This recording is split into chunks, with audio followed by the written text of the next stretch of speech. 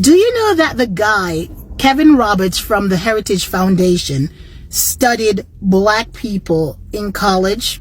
His master's thesis and his PhD dissertation was on the study of black people and the enslavement of black people and how black people overcame. I saw a video last night, and this morning I got up and I researched it, and sure enough, the lady was right. She said that in the video, right, he studied how black people was able to use their different methods and means to overcome oppression. And also in that video, she mentioned that one of the ways black people was able to crawl out of poverty was using the federal government, getting secure jobs and then using that to build wealth and be able to get into the middle class and the upper class and in society. And that is one of the reasons why they're trying to destroy the federal government, because that killed the line of black people moving up, mobile up. And I was just like, wow. So all of this that is happening is coming back down to one thing: black people. I tell you, I would love to know what God put in us so that we are so loved and hated at the same time. I have never seen such a phenomenon in my life. I've been growing up, I never understand, and I still do not understand why we are hated and loved at the same time so much. Is it because of the real God that is in us? Is it that because we are built on love? I do not understand. It's like everything that they do, it all comes back down to destroying the black family, just like welfare. They keep taking out the men out of the house. It all comes back down to destroying the black family. Project 2025, most of the women that are going to be affected by student loans debt are black women, because black women are some of the most educated people in this country. And it's a threat to them. Everything we do, it's a threat. We build our own community, it's a threat. We build our own whatever, it's a threat. One of the only reasons that they desegregated this country was access to our money. And a lot of black people do not understand that. That's the reason why they desegregated the country. You think it's because they wanted to everybody to be interracially mixed? No. It's all money. If you follow the money in everything in this country, you're going to find the answer. And basically right now, they're trying to destroy us again by taking us, scraping us of all of those out of the middle class, tearing down those who have made it into the upper echelon of society. It all comes back down to black people. Anyway, black people, I love you, my people. I love you, and I love each and every one of you who love black people and support black people, because it's just seemingly we were born into oppression, and even when we are not trying to oppress but give love, we're still trying to, they're still trying to suppress us. But God. But God. The world will not be free until black people are free. Black people here in this country, black people in the diaspora everywhere are free. And it will not be free until we also, us as black people, get free. Eliminate yourselves from mental slavery. No one but ourselves can free our minds. Now, I'm not saying this to reiterate or duplicate a hierarchy that black people or black lives are better than others. That's not what I'm saying. I'm saying that until you wake up to the systems that have been put in place under colonialism, imperialism, and the psychological warfare and the systems that have been in place from literally our medical systems, from the way what's been taught in our schools, it's all rooted in white supremacy. The world will not be free until black people are free. Because at the end of the day, Black men and Black women are still at the bottom of the rung of the caste system. Doesn't matter where you go in the world. The darker the skin, the more oppressed. And why is this? Because when the West and European powers decided to go and take and pillage and steal, they literally implemented within their systems, within their medical systems, and labeled Black bodies as the lowest of the lowest, as the closest to the apes, the animals, the savages. Then came brown bodies, right? Then came yellow, meaning Asian, right? Then came white. White women, then white men at the top. I want all of you to go and watch Exterminate the Brutes. That'll connect the dots for you so that you understand how all of this is connected literally in our medical systems, in our schools. It's literal brainwashing. It's psychological warfare that we've been going through. Exterminate the Brutes. And I also want you to watch, I believe it's called Caste by Ava DuVernay, to understand it beyond American socialization of race. And ultimately, you know, white folk ain't gonna be free either until this shit's done, until Black people are free. Because what we see when we see other people of color going into far right racist places, being Uncle Toms, when we see brown people literally dogging out Black folk, when we see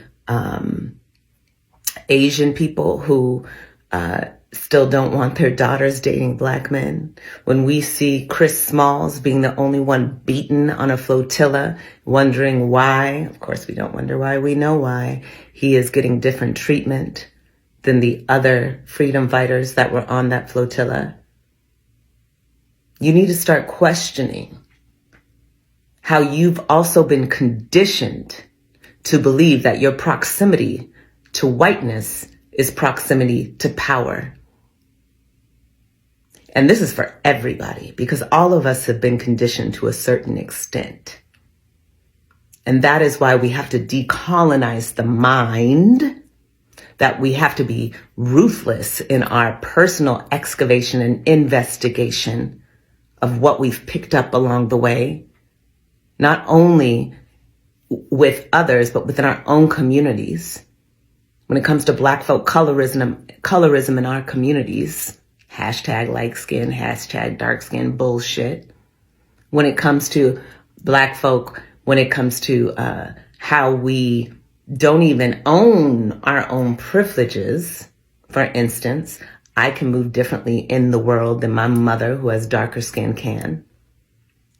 We've got to excavate all these parts so that you understand why you can be desensitized when you see someone different than you, a child different than your child, be dehumanized or slaughtered. The world will not be free until Black people are free. Period. We've spent generations trying to prove that we can survive. But what if survival was never the goal? What if God's plan was bigger? That we were meant to reign, not just exist. For too long, we've carried the weight of pain, struggle, and stereotypes. But I came to remind you, you come from royalty, not just in history, but in destiny. Now, every time society tried to box us in, God broke the box. They said we'd never learn, but we became scholars. They said we'd never lead, but we became presidents, inventors, entrepreneurs, and visionaries. Survival was what they expected, but dominion, that's what God designed. The Bible says we were a chosen generation, a royal priesthood. That means there's royalty running through our veins. Not the kind that wears crowns and gold, but the kind that carries purpose and divine authority.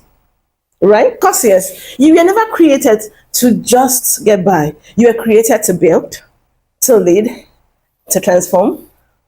Every time they took something from you, you build something better. From the fields to the boardrooms, from change to change. That's the power of Black resilience.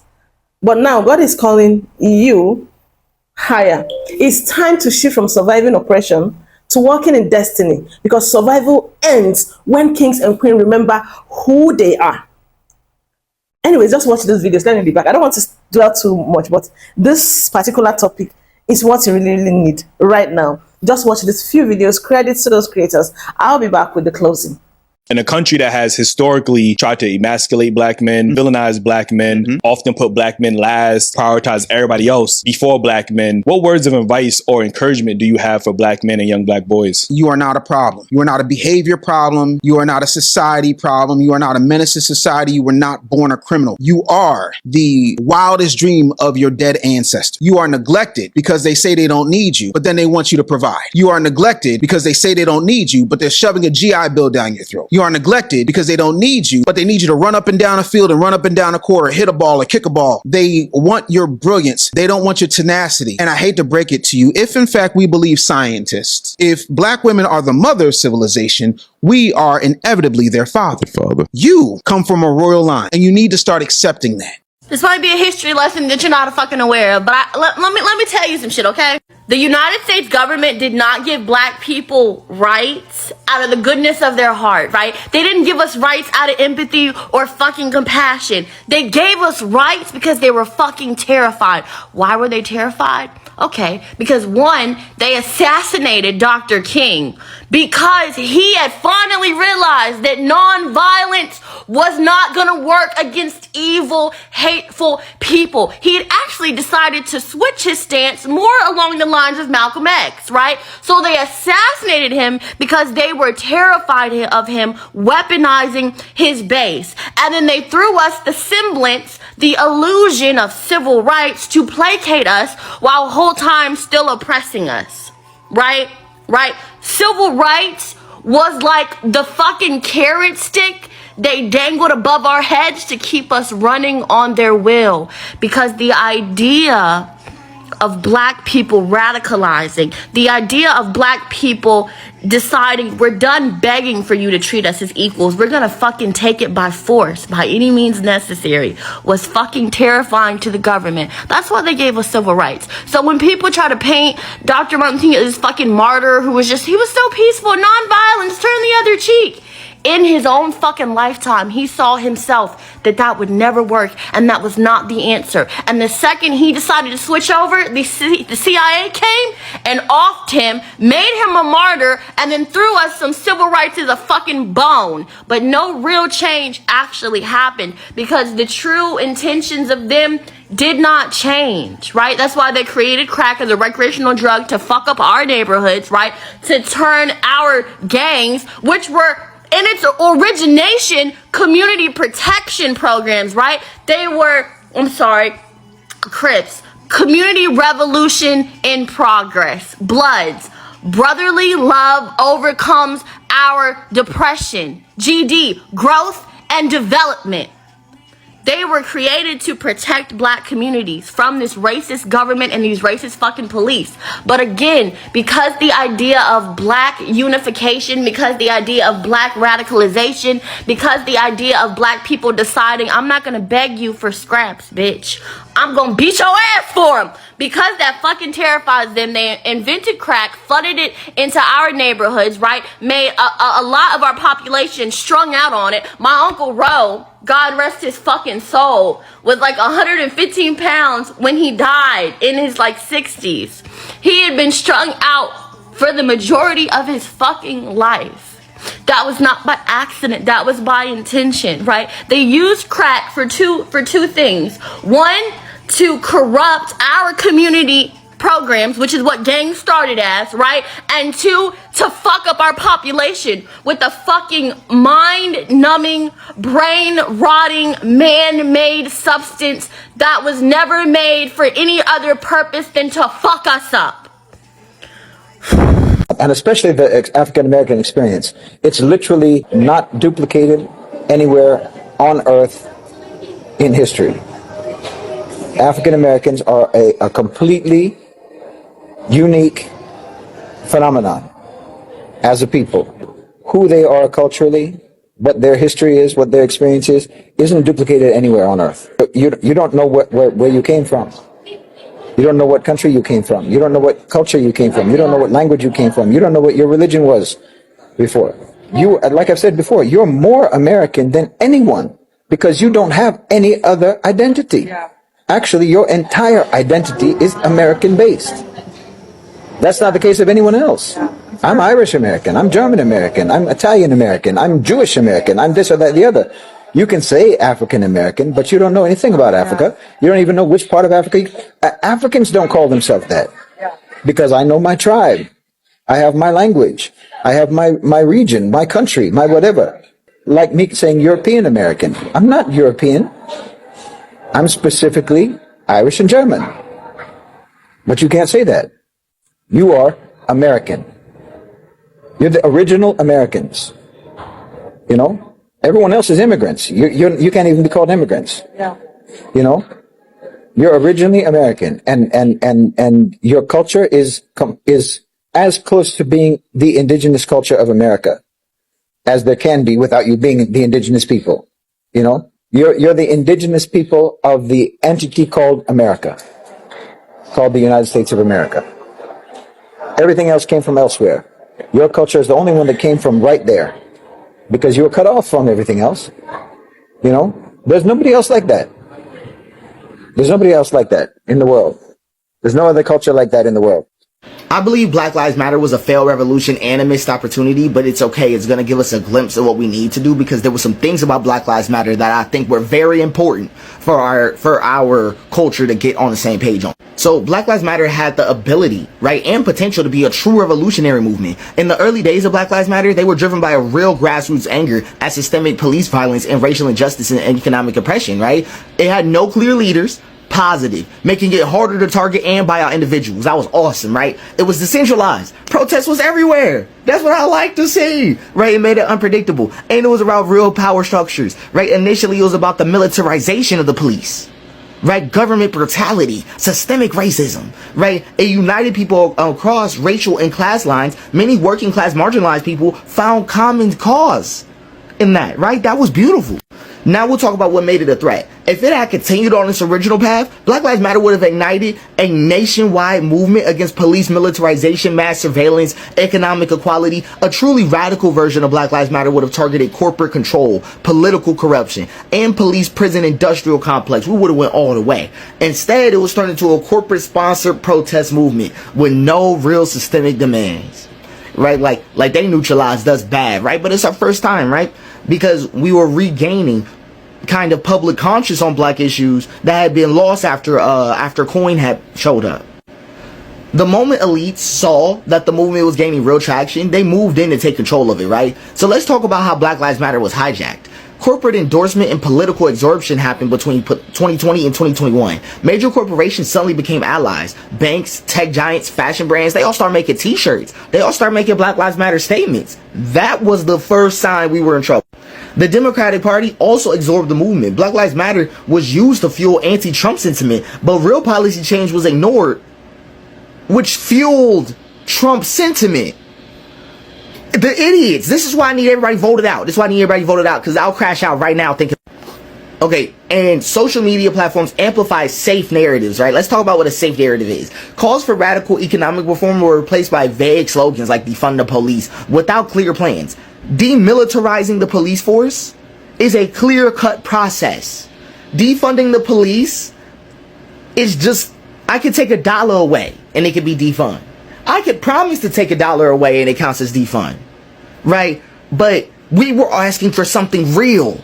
These people were killed by something real, right? Like, and we had a shot at it. But the moment that we all started all this hijacking, that was a problem. And this was actually a new way for corporations to resist revolutions. Back in the day, they just would have paid for us all to have been shot and shit. Now they put out little statements. They act like they're on our side. And Black Lives Matter's leadership, right? They mismanaged millions in donations. They bought the luxury house instead of reinvesting in the community. Could have built a luxury house in a broke community. I still don't understand the luxury house play. Grassroots organizers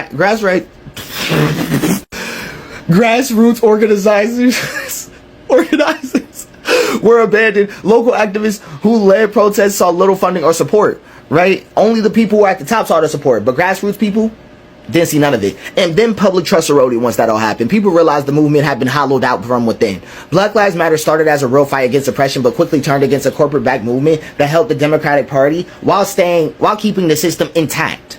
Right? Hold my hand while somebody else steals from you. Does that all connect? Because that's exactly what was going on in Black Lives Matter. And I need y'all to take this away from this. If a revolution can be commercialized, it is not a revolution. It is a brand. It is a t-shirt. Okay, like when you saw that color palette hit for Black Lives Matter, everybody was rocking a jersey. You should have already gave up. The streets were clear. When I saw Nike make that shirt, it was done. Right, and they still doing the same shit. DEI is literally the evolution of Black Lives Matter. The branding, the colors, all of that. Exact same thing. If Black Lives Matter had stayed independent, right, and resisted corporate influence, it could have started something truly revolutionary. It could have refused corporate donations and endorsements, could have refused all of that. No billionaire should be backing an anti-system movement, right? Focus on economic and systemic demands. Instead of vague slogans, push for police demilitarization, economic justice, corporate accountability. Like, nah, I get it. We were young. Because I ain't know none of this shit at the time. Not gonna lie. Came real early in my life. But there were definitely some we are young ass niggas who needed to lock in. And maybe they just weren't informed. But I do think the millennial crowd got co-opted by brands, right? Right. Another big focus is that build parallel institutions. We needed to, instead of doing protests alone, we needed an independent political structure that bypassed the system, right? And also we needed to stay decentralized, right? To resist political absorption. If a person becomes tied to one political party, it loses power. This is what I mean by parallel institutions. We needed ways to engage with the federal government that went around, I need corporations. This is what I mean by like black groups. The D9, right? The Greek organizations were black funded at first. Our community made that happen. Right? Our community needs to make it happen again. That's all that is. So the final take with this one, Black Lives Matter was a turning point because it failed because the system redefined it, right? And it let the system redefine it. If it focused on real systemic reform instead of corporate friendly slogans, it would have sparked true change. The revolution was within reach, but the system absorbed it right before it could take hold, right? So did we miss our only chance? No. It feels like a rare moment, and it was a rare moment where mass protests gained mainstream attention. That's why it feels like a missed opportunity, right? The pandemic exposed deep flaws within the system, and Black Lives Matter expanded beyond police reform and got to anti-capitalists. We would have peaked. Oh my God. Like if it was an anti-capitalist movement, that would have been nuts. Right now, people are exhausted and many don't trust new movements after seeing Black Lives Matter fail. But it's not over yet. The next movement won't be about racial justice alone. It'll be about economic survival, honestly. We'll get to that. But there's a reason why everybody's on the same page suddenly. It has gotten that bad. As AI and automation and corporate power expand, working class people of all races will face new levels of exploitation. Right? So we're going to have to turn up. Right? Black Lives Matter showed a potential for mass action, but the next revolution must be smarter, right? And resist co-option from the start. A real revolution is coming though, but not because people want it. It's just because they won't have a choice. I asked him about some books on the African people in ancient history. And in the language of the South, he let me down slow. I mean, he spoke kindly. He said, you know, John, I'm sorry that you came from a race that's made no history. But if you persevere, if you obey laws and study hard, you make history someday, and you personally might one day be a great Negro like Booker T. Washington. Booker T. Washington was the one thing whites approved of at that time. All right, while doing chores at a local high school, holding the coat and the books of a recitalist. I opened a book called The New Negro, and I found an essay by a Puerto Rican of African descent, Arthur Schomburg. The essay was called The Negro Digs Up His Past.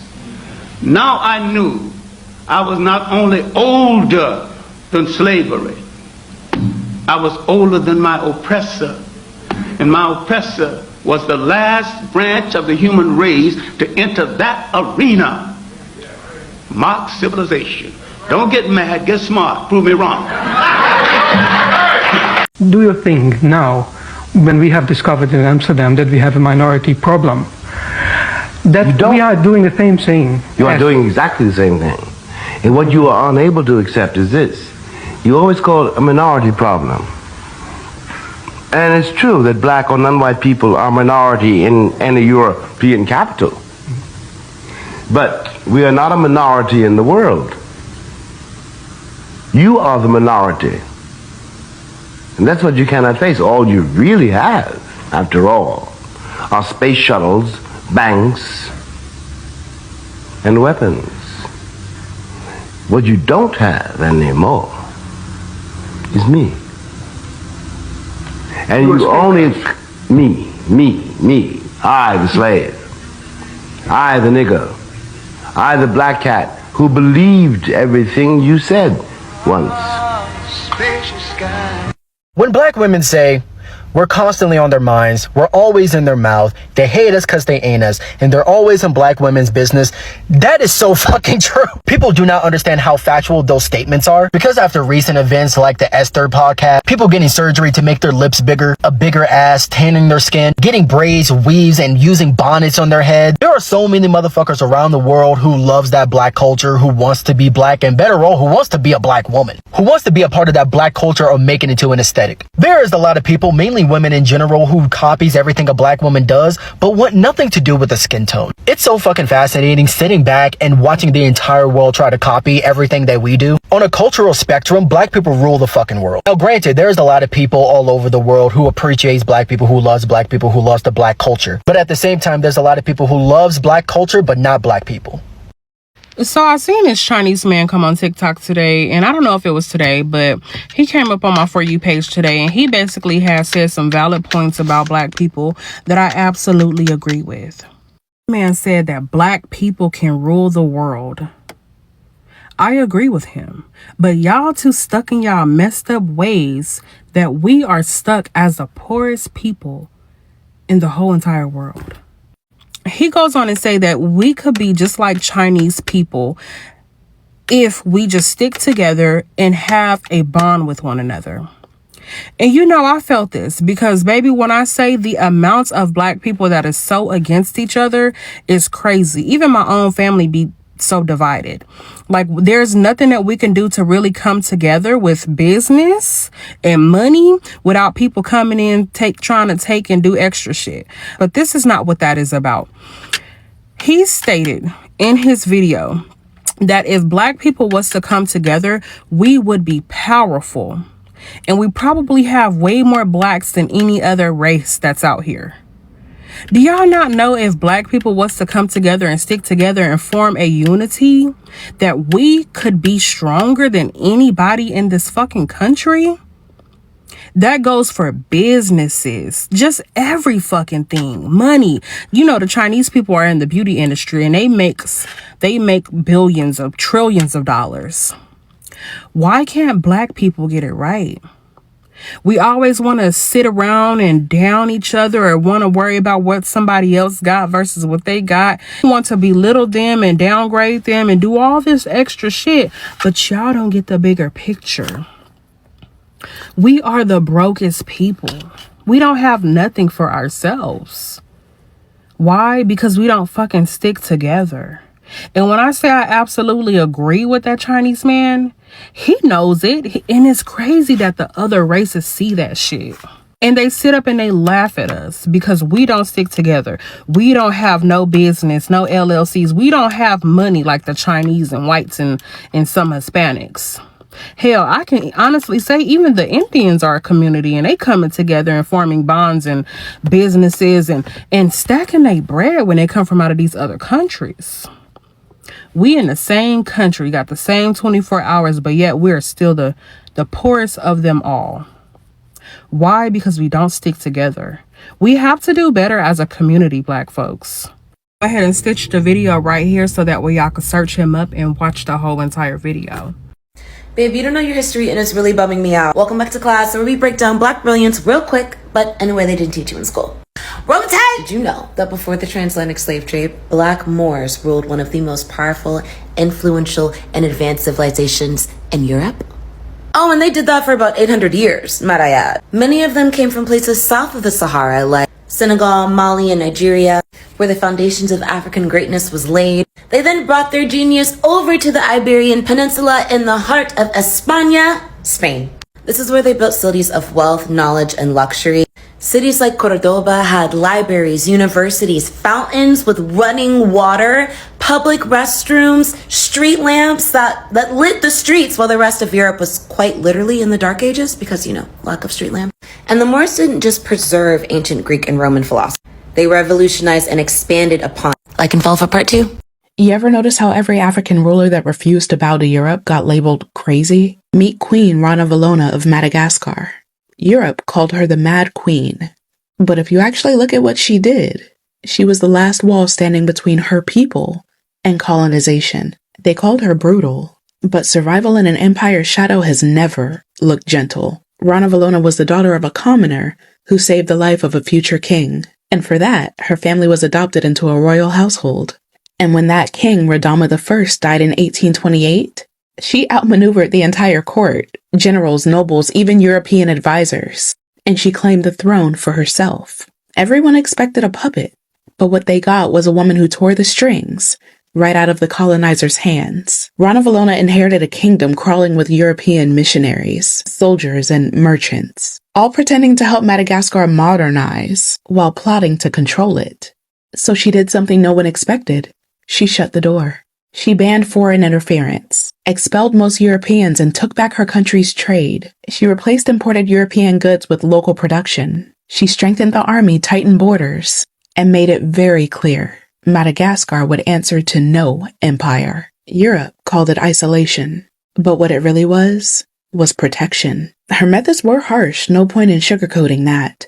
She enforced loyalty through fear. Forced labor expanded under her reign. Christian converts, seen as spies for the West, were executed. Thousands died under her rule. But here's what the European historians don't mention. The British were enslaving Africans at the same time. The French were massacring resistance movements across Africa and Asia. And yet, they called her the savage. She was fighting an empire that came wrapped in a Bible and a bayonet. Europe called her reign the Dark Age of Madagascar, because it was dark for them. They lost access to the island's resources. Their missionaries lost power, and their soldiers lost ground. Meanwhile, Madagascar stayed independent for 30 more years after her death. That's the part they don't want to talk about. Her isolationist policies delayed French colonization until 1895. Long after every neighboring region had fallen, Ranavalona ruled for 33 years, and she died in her sleep, undefeated, uncolonized, and unapologetic. History painted her as a tyrant because she refused to be a servant. Was she ruthless? Absolutely. But so were the empires that wrote her story. They called her the Mad Queen, but she was the queen that said no. And when you're a black woman saying no to an empire, they'll always call it madness. Say her name, Queen Ranavalona. And I just cried because it's like, you mean to tell me my whole life, my family never knew who we were? And all of this is ours? We responsible for it. I'm not going to say all of it's ours. But it's in my family name. It's our governance. See, it's bloodlines that rule over the land. Europe's been terrified of black power for centuries. Before they enslaved us in the Americas, Spain spent 700 years fighting the Moors, Muslim rulers from North Africa that they painted as black and dangerous. And that's when they dragged us across the Atlantic. That same paranoia followed. That's why Domingo Bioho, an escaped slave who crowned himself king in Colombia, was treated like a nightmare come back to life. So the Moors weren't some myth, right? They ruled big parts of Spain and Portugal from the 700s to 1492. They brought medicine, libraries, architecture, things Europe didn't even have yet. And when they were finally expelled, Spain carried deep paranoia. Never again let non-white rule threaten them. So when Domingo Bioho escaped slavery in Cartagena in the early 1600s, and built a free black settlement in the swamps? When he crowned himself king. To Spain, this wasn't just rebellion. It looked like history repeating. Black leadership, black governance, black survival right under their noses. Bioho didn't just hide out. He built a palenque, a fortified maroon community of escaped Africans, and he ruled it like a kingdom. He had laws. He forged alliances with indigenous groups. He wasn't just surviving, he was governing. Spain hated it. They branded him a savage, but let's be real. Bioho was running a sovereign black nation in the Americas, and it shattered their entire lie of white control. In 1621, the Spanish finally captured him. They dragged him into Cartagena and executed him in public, thinking that it would scare the others into submission. But Bioho's rebellion didn't die. Palenques kept thriving. San Basilio de Palenque, born from that same resistance, is still alive today. The first free black town in the Americas. Think about that, right? The same empire haunted by Moorish rule in Europe now had to face black kings and free towns rising in the Americas. They could kill Bioho, but they couldn't kill the idea, because the idea was freedom. So here's the truth. Domingo Bioho wasn't just an escaped slave. He was a king, a rebel, a reminder that wherever Spain dragged us, we built nations, we built sovereignty, and we crowned ourselves. Spain feared the Moors, then they feared Bioho. And centuries later, they're still afraid of what happens when black people decide we don't just survive, we rule. Say his name, Domingo Bioho. Welcome back. Now let's do these reflections, okay? When you know your identity, the struggle doesn't define you. It refines you. Every storm, every fight, every setback was shaping the crown God already placed on your life. Don't let this world convince you that your worth is tied to your pain. Your story started before slavery and stretches beyond struggle. You were always chosen to lead. So yes, you survive, but now it's time to reign. Reign in your faith, reign in your purpose, reign in your creativity, reign in your identity. Because when you walk like royalty, you remind the world that God never made a mistake when He made you. You were never meant to just survive. You were meant to reign. Somebody say, I knew I was meant to reign. Of course, it's in the DNA. That is why you are the chosen ones. You were meant to reign. It doesn't matter what you see. It doesn't matter the shakings. It doesn't matter anything. You are royal priesthood. What are you? What you are is in the word of God. What is God saying about you? And that's who you are. He said you're a royal priesthood, a peculiar nation. Oh my God, I want to see that in the comments anyways. Do not forget to like, share these videos. If it pleases you, give me a thumbs up and share as well. Have you subscribed? Please go tell your friends to come subscribe to this channel so they can also enjoy what you're enjoying, right? Thank you so much for watching till the end. I'll see you on the next one. Please stay blessed, stay bold. On Global Gist with Beejay.